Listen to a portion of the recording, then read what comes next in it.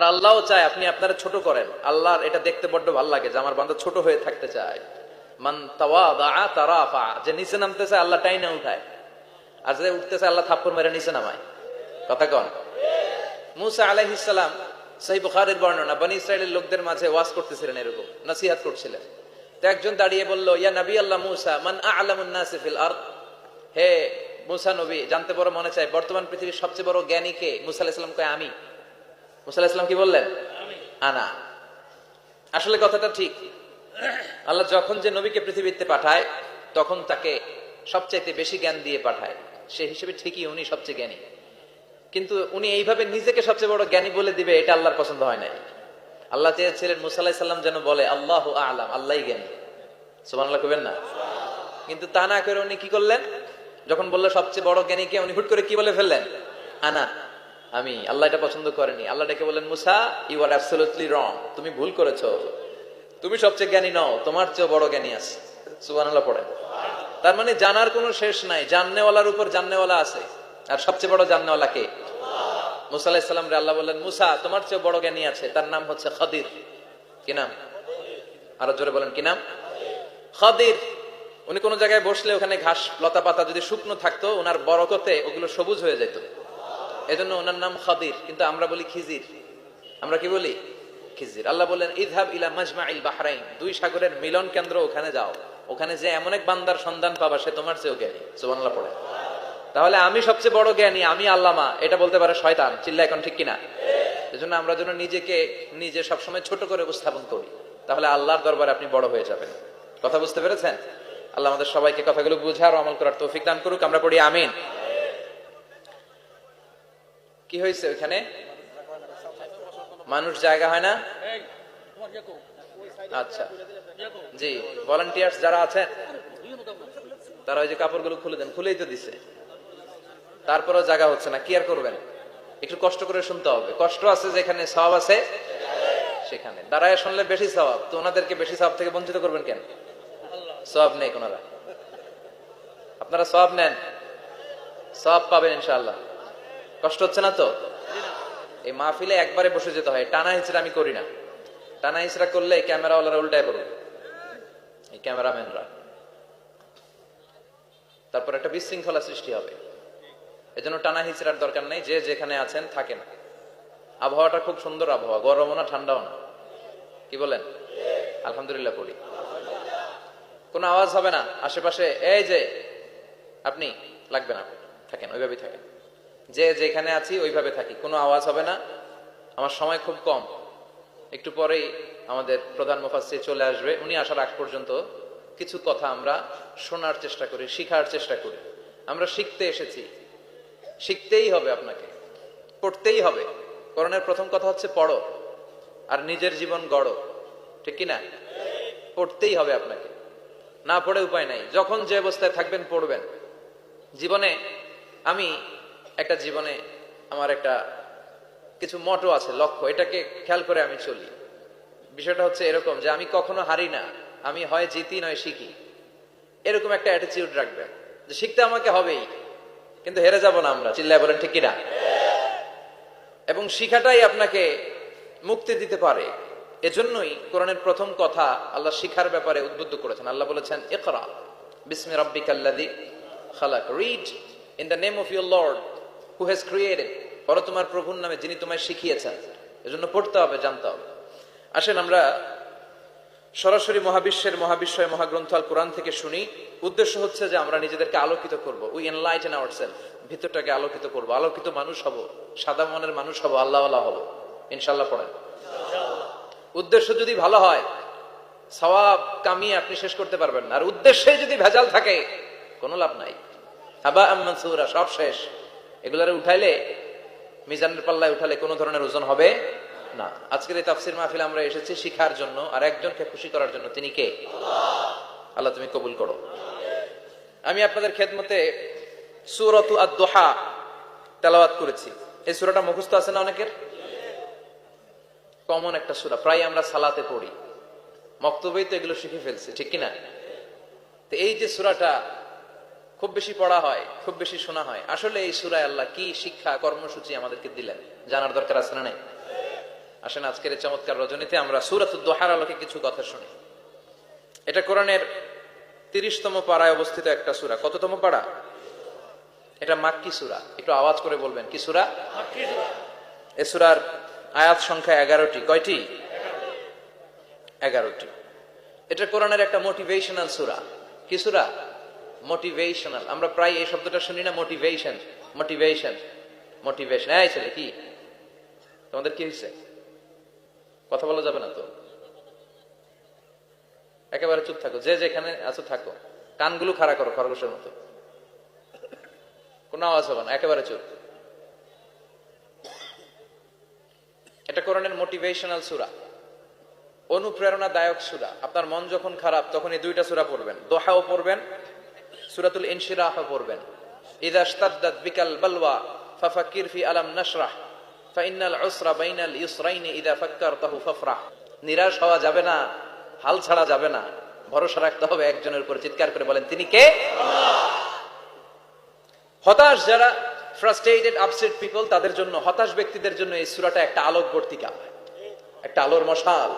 এই সূরাটা পড়লেই হতাশ ব্যক্তিরা মনে শান্তি পায়, আশা ফিরে পায়, দিক ফিরে পায়, ঠিক কিনা? এই সূরাটা নাজিল হওয়ার একটা ব্যাকগ্রাউন্ড আছে, শুনবেন।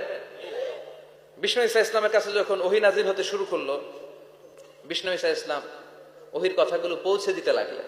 যাই নাজিল হতো বিষ্ণুনবী পৌঁছে দিতেন, বিশ্বনবী সাহাবাদের কাছে শেয়ার করে দিতেন। যেটাই নাজিল হতো তিনি পৌঁছে দিতেন, যেটাই, কারণ আল্লাহর আদেশ, ইয়া আইয়ুহার রাসূল বাল্লিগ মা উনজিলা ইলাইক।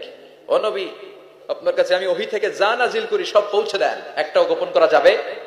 আল্লাহর কাছ থেকে বিশ্বনবী যে সমস্ত মেসেজ, ইনফরমেশন, তথ্য, রেভেলেশন ওহী পেয়েছে, একটাও কি বিশ্বনবী গোপন করেছে?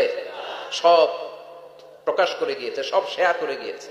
বিশ্বনবী শেয়ার করতে লাগলেন। সকালে যা নাজিল হয় শেয়ার করেন, দুপুরে নাজিল হয় শেয়ার করেন, রাতে নাজিল হয় শেয়ার করেন, শেয়ার করতে লাগলেন। কিন্তু কি অবাক করা কাণ্ড, হঠাৎ করে এই ওহী আসার ধারাবাহিকতা আল্লাহ বন্ধ করে দিলেন। ওহী আর আসে না, আকাশ থেকে নতুন তথ্য আর নামে না। ঘটনা কি? ওহী আসে না কেন? তথ্য আসে না কেন? জিব্রাইল আসে না কেন? কোন বর্ণনা এসেছে 15 দিন, কোন বর্ণনায় 1 মাস, 3 মাস, এমনকি 6 মাস পর্যন্ত বর্ণনা পাওয়া যায় যে বিশ্বনবীর কাছে 6 মাস ওহী আসে নাই। বিশ্বনবী তো অবাক, ঘটনা কি? ওহী নামে না কেন? আর ওহী না আসলে তো বিশ্বনবী শেয়ার করতে পারে না। এতদিন যা আসতো বলে বেড়াতো, এখন আসেও না, বলতেও পারে না। কাফির মুশরিকরা বিশ্বনবীর গালি দিতে শুরু করলো, মুহাম্মদের রব মুহাম্মদরে ভুইলা গেছে, মুহাম্মদের আল্লাহ মুহাম্মদরে ছেড়ে দিয়েছে। বিশ্বনবীর চাচি আবু লাহাবের স্ত্রী উম্মে জামিল বলতে শুরু করলো, কি মুহাম্মদ, তোমার শয়তানটা তোমার কাছে আসে না? না, শয়তান দ্বারা তিনি জিব্রাইলকে বুঝিয়েছেন যে তোমার জিব্রাইল তোমার কাছে আসে না। এভাবে সবাই গালমন্দ করতে শুরু করলো যে মুহাম্মদের আল্লাহ মুহাম্মদকে ভুলে গিয়েছে। বিষ্ণু ঈসা ইসলাম নিজেও হতাশ হয়ে গেলেন, কি রে ওহী আসে না কেন? আমার কোনো ভুল হচ্ছে না তো? আমার কোনো অপরাধ হয়ে গেল না তো? আল্লাহ কি আমার উপর অসন্তুষ্ট হয়েছেন? আল্লাহ কি আসলেই আমারে ভুলে গেছেন? আল্লাহ কি আমাকে ত্যাগ করেছেন? তিনি কি আমার উপর রেগে আছেন? আমরাও মাঝে মাঝে এরকম হতাশ হয়ে পড়ি। এরকম হতাশ লোক আছে না নাই? কি রে, আমার দোয়া কবুল হয় না কেন? আল্লাহ আমার ডাকে সাড়া দেয় না কেন? আমার জীবনে এত দুঃখ কেন? আমার জীবনে তো ভালো কিছু হয় না, খালি সব কষ্ট আমার কেন? এরকম আছে না নাই? এরকম হতাশদের জন্য এই সূরাটা একটা আলোকবর্তিকা, মোটিভেশনাল সূরা। আলহামদুলিল্লাহ পড়েন। বিশ্বনবীকে আল্লাহ আশ্বস্ত করলেন আর এই সূরাটা নাজিল করলেন আর বললেন, ওয়াদ-দুহা, ওয়াদ-দুহা। দুহা মানে আলো, দুহা মানে আলো, প্রভাতের সূর্য কিরণের শপথ। Look up, the sunlight, it's a very beautiful day out there. অনবী হতাশ হবেন না, বেরোন, সকালের সূর্যটা কত সুন্দর, কি ঝলঝলে পৃথিবী, ফকফকে আর তকতকে, দেখলেই মনটা ভরে যায়, ঠিক কিনা? দুহা, দুহা মানে আলো, আশার আলো, সম্ভাবনার আলো। আমাদের জীবনে আলোর দরকার আছে না নাই?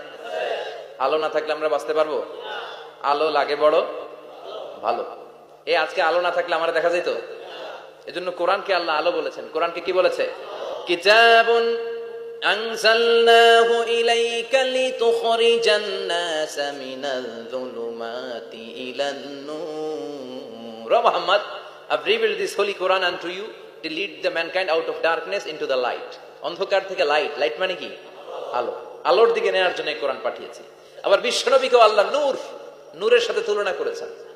আবার বিশ্বনবী আল্লাহর কাছে নূর চাইতেন, বলতেন, আল্লাহ আমার ডানে আলো দাও, আমার বায়ে আলো দাও, আমার সামনে আলো দাও, পিছনে আলো দাও, উপরে আলো দাও, নিচে আলো দাও, আমার দেহে আলো দাও, আমার মাংসপেশির ভিতরে আলো দাও, আমার হাড্ডির ভিতরে আলো দাও, আমার জন্য তুমি আলো দাও। পড়ে না আমিন। এজন্য আলো ছাড়া বেঁচে থাকা অসম্ভব। আল্লাহ তাআলা আলোর নামে সূরা দিলেন, সূরাতুদ দুহা, প্রভাতের আলো, প্রভাতের সূর্য কিরণের শপথ, আলোর শপথ। সুবহানাল্লাহ পড়ে। এরপর আল্লাহ বললেন ওয়াল্লাইলি ইযা সাজা, আলোর শপথ, সকাল বেলার সূর্য কিরণের শপথ। দ্বিতীয় আয়াতে আল্লাহ বললেন রাত্রি বেলার শপথ, যখন রাত্রিটা নিঝুম হয় নিস্তব্ধ, নিঝুম আর নিস্তব্ধ রাতের শপথ। তাহলে আল্লাহ আলোর কসম কাটলেন, তারপরে অন্ধকারের কসম কাটলেন, ঠিক কিনা? আলো দ্বারা মূলত আল্লাহ তাআলা ওহীর আগমনকে বুঝিয়েছে, আর অন্ধকার দ্বারা আল্লাহ তাআলা ওহীর অনুপস্থিতি বুঝিয়েছে। এটা দিয়ে আল্লাহ বুঝাতে চাইলেন, ও নবী, কাফির মুশরিকরা আপনারা গালি দেয়, ওরা বলে যে আমি আপনার ভুলে গেছি, আমি আপনারা ত্যাগ করেছি, আমি আপনার প্রতি অসন্তুষ্ট। না না, আমি ইচ্ছা করে ওহী পাঠাই না, কারণ সব সময় আলো থাকলে ভালো লাগে না, কিছু সময় অন্ধকারের দরকার আছে না নাই? বুঝে শুনে উত্তর দিয়ে। 24 ঘন্টা আলো, 365 দিন খালি আলো আলো আরো আলো। যদি সূর্যের আলো সব সময় থাকে 365 দিন, ভাল লাগবে? রাতে ঘুমাবেন কেমন? আবার সব সময় ঘুটঘুটে অন্ধকার, আলো নাই, ভাল লাগে? ক্ষেত খামারে চাষ করা লাগবে না, বাজারে যাওয়া লাগবে না। তার মানে আলোরও দরকার আছে, অন্ধকারেরও দরকার আছে। এটা দিয়ে আল্লাহ বুঝাতে চাইলেন, নবী, ওহী নাজিল করার জন্য দরকার আছে, মাঝে মাঝে ওহী বন্ধ রাখা আপনার বিশ্রাম দেওয়ারও দরকার আছে। চিৎকার করে বলেন আল্লাহু আকবার। এজন্য আল্লাহ বললেন ওয়াদ-দুহা ওয়াল-লাইলি ইযা সাজা মা ওয়াদ্দা'আকা রাব্বুকা ওয়া মা ক্বালা ওয়ালাল আখিরাতু খায়রুল লাকা মিনাল উলা। সুবহানাল্লাহ পড়ে। ও নবী, প্রভাতের সূর্য কিরণের শপথ, নিঝুম নিস্তব্ধ রাত্রিবেলার শপথ, আলো আর অন্ধকারের শপথ করে আমি বললাম, আপনার প্রভু আপনারে ভুলে যায় নাই, আপনার উপর অসন্তুষ্ট হয় নাই। আমি আল্লাহ ইচ্ছা করে ওহী বন্ধ রেখেছি, কারণ ওহীর একটা পাওয়ার আছে, বারবার ওহী রিসিভ করলে আপনার স্নায়ু এটা সহ্য করতে পারবে না, আপনার দেহ এটারে বরদাস্ত করতে পারবে না। নবী, আমি আপনার প্রতি এত রহম দিল, এত ভালোবাসি, বারবার ওহী নিতে নিতে আপনার যে কষ্ট হয়, এই কষ্টটা আমার আল্লাহর সহ্য হয় না। এজন্য আমি আল্লাহ ইচ্ছা করে কিছুদিন ওহী বন্ধ রাখছি। সুবহানাল্লাহ পড়ে। তার মানে এই নয় যে আমি আপনারে ভুলে গিয়েছি, আমি আপনারে ছেড়ে দিয়েছি। আরে নবী, আমি তো আমার নামের সাথে আপনার নামকে জুড়ে দিয়েছি, লা ইলাহা ইল্লাল্লাহ মুহাম্মাদুর রাসূলুল্লাহ। যেখানে আমার আল্লাহর নাম, সেখানে বিশ্ব নবীর নাম আছে না নাই? আজান যখন দেই আল্লাহু আকবারের পরে বিশ্ব নবীর নাম আছে না নাই? একামতে আছে না নাই? আবার আল্লাহর জন্য যখন সালাত আদায় করি, শেষ বৈঠকে বিশ্ব নবীর উপর দুরূদ আছে না নাই? রাফা'না লাকা যিকরাক। ও নবী, আপনার নামকে আমি অনেক উপরে তুলে ধরেছি, আমার নাম যেখানে আপনার নাম ওইখানে, গোটা বিশ্বব্যাপী আপনার নাম ছড়ায় যাবে। ওরা আপনারে গালি দেয় কবি বলে, ওরা গালি দেয় গণক বলে, ওরা বলে আপনি আফতার, লেস কাটা। আসলে যারা আপনারে গালি দেয় ওরাই লেস কাটা। ওরা আপনারে বলে আপনি নির্বংশ, আপনার ছেলেগুলো বেঁচে নাই, মেয়ে বেঁচে আছে, আপনার নাম নেয়ার কেউ থাকবে না। ওই আবু জাহেল, উতবা, সাইবা, ওদের নাম নেয়ার কেউ থাকবে না। আপনি লেস কাটা নন, আপনি নির্বংশ নন। ইন্না শানিয়াকা, চিল্লায় বলেন ইন্না শানিয়াকা। যারা আপনারা গালি দেয়, যারা আপনারা নিয়ে কটু কথা বলে, ওরাই লেস কাটা, ওরাই নির্বংশ। ওদের বংশকে আমি আল্লাহই নির্বংশ করে ছাড়ি। চিল্লায় বলেন ঠিক কিনা? ও নবী, মা ওয়াদ্দা'আকা রাব্বুকা ওয়া মা ক্বালা। আপনার রব আপনারে পরিত্যাগ করে নাই, আপনারে ভুলে যায় নাই, আপনারে ছেড়ে দেয় নাই। আপনার রব ইচ্ছা করেই ওহী নাজিল বন্ধ করে রেখেছে। আমি ইচ্ছা করেই আপনারে প্রেসার দিতে চাই নাই গো নবী, কারণ ওহী রিসিভ করা অনেক কঠিন। এটা আস্তে আস্তে আপনি অভ্যস্ত হবেন। সুবহানাল্লাহ পড়ে। ওহীর একটা পাওয়ার আছে না নাই? আমরা তো কি মজায় মজায় কোরআন পাইছি। এই যে কি সুন্দর কোরআন নিয়ে বসে পড়ি, তাফসীর করি, কি মজার কোরআন। আহা, এই কোরআনটা রিসিভ করতে যে বিশ্বনবীর কত কষ্ট হয়েছে। এই কোরআনকে আল্লাহ বলেছেন এটা কাওলান সাকিলা, very heavy and weighty word, এটা অনেক ওজনওয়ালা কথা। ইন্না সানুলকি আলাইকা কাওলান, এটার অনেক ওজন। এই কোরআনটা যদি পাহাড়ের উপরে নাজিল করা হতো, পাহাড়গুলো দুমড়ে মুচড়ে ভেঙে টুকরো টুকরো হয়ে খান খান হয়ে যেত, ঠিক কি না? এত কঠিন বানিয়ে এটা। ও নবী, আমি আলোর সাথে ওহীর মিল ঘটিয়েছি, আলো দিয়ে ওহীকে বুঝিয়েছি। সূর্যের যেমনি কিরণ আছে, তেজ আছে, এই ওহীরও একটা তেজ আছে। এই তেজ, এই কিরণ আপনি সব সময় সহ্য করতে পারবেন না। এজন্য আমি ইচ্ছা করে কিছুদিন ওহী নাজিল করা বন্ধ করে রেখেছি। সুবহানাল্লাহ পড়ে। ইচ্ছে করে আমি নাজিল করি নাই। সব সময় নাজিল হলে আপনার ভালো লাগতো না।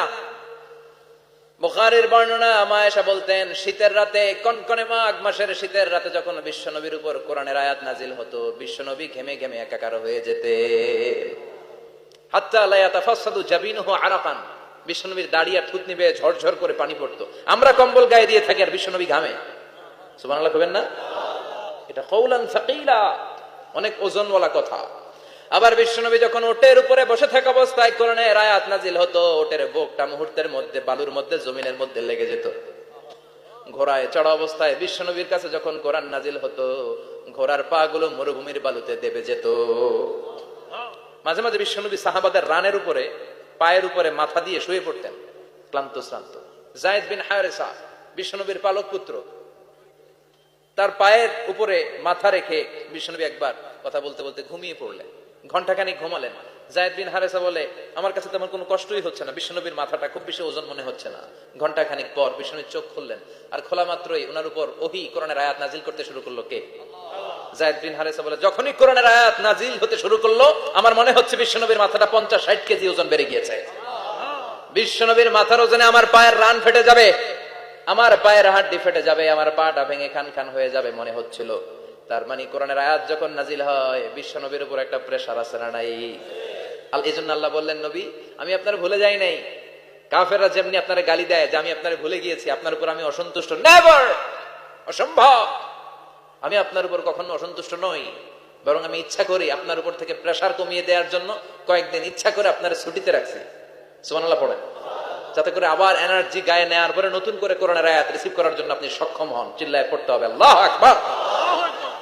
এজন্য আল্লাহ বললেন, ওয়াদ-দুহা ওয়াল-লাইলি ইযা সাজা মা ওয়াদ্দা'আকা রাব্বুকা ওয়া মা ক্বালা ওয়ালাল আখিরাতু খায়রুল লাকা মিনাল উলা। এরপর আল্লাহ বললেন, নবী ওয়ালাল আখিরাতু খায়রুল লাকা মিনাল উলা, and verily indeed the hereafter is far better for you than this dunya. এই দুনিয়ার চেয়ে আপনার জন্য আখিরাতটা অনেক দামি। খায়রুল লাকা মিনাল উলা, এই দুনিয়ার চেয়ে আখিরাতটা অনেক শ্রেষ্ঠ। এতে আল্লাহ বললেন দুনিয়ার চেয়ে আখিরাত শ্রেষ্ঠ, আর এক আয়াতে আল্লাহ বললেন দুনিয়ার চেয়ে আখিরাত হলো স্থায়ী। ঠিক কি না? বাল তু'থিরুনাল হায়াতাদ দুনিয়া ওয়াল আখিরাতু খায়রুন ওয়া আবকা। তোমরা দুনিয়ার জীবন নিয়ে পাগল পাড়া হয়ে থাকো, আল্লাহ বললেন দুনিয়ার জীবনের চাইতে আখিরাতের জীবন শ্রেষ্ঠ এবং স্থায়ী। ঠিক কি না? কার কথা? দুনিয়া স্থায়ী না আখিরাত স্থায়ী? দুনিয়া শ্রেষ্ঠ না আখিরাত শ্রেষ্ঠ? কিন্তু আমরা কোনটার পিছনে দৌড়াই? খালি দুনিয়া দুনিয়া। দুনিয়া কে মজা লে লো, দুনিয়া তোমারি হ্যায়। কিন্তু জান্নাত কে মজা লে লো, জান্নাত তোমারি হ্যায়, ওইটা কয় না? আছে না নাই? দুনিয়ার পেছনে পাগল হয়ে আমরা পড়ে থাকি। এই দুনিয়ার জীবনটা একটা মায়াজাল, এটা একটা মরিচিকা। এই মরিচিকা, এই ধোঁকা, এই লালসা আর এই মায়াজালের পেছনে আমরা ছুটছি। ছুটতে ছুটতে হুট করে একবার কবরের ভিতরে ঢুকতে হবে। কথা বলেন, তখন আমাদের টনক নড়বে। এজন্য দুনিয়া মুমিনদের জন্য শ্রেষ্ঠ আর স্থায়ী জায়গা নয়। মুমিনের আসল জায়গা হচ্ছে আখিরাত। মুমিনের শান্তি আর কল্যাণের জায়গা হচ্ছে আখিরাত। জান্নাত হচ্ছে মুমিনের শেষ ঠিকানা। চিৎকার করে বলেন ঠিক কিনা? সেটাই বিশ্বনবী বললেন, নবী কাফির মুশরিকদের কথা আপনি কান দিবেন না, ওদের কথায় হতাশ হবেন না, নিরাশ হবেন না, হাল ছাড়বেন না, ভরসা রাখবেন কার উপর?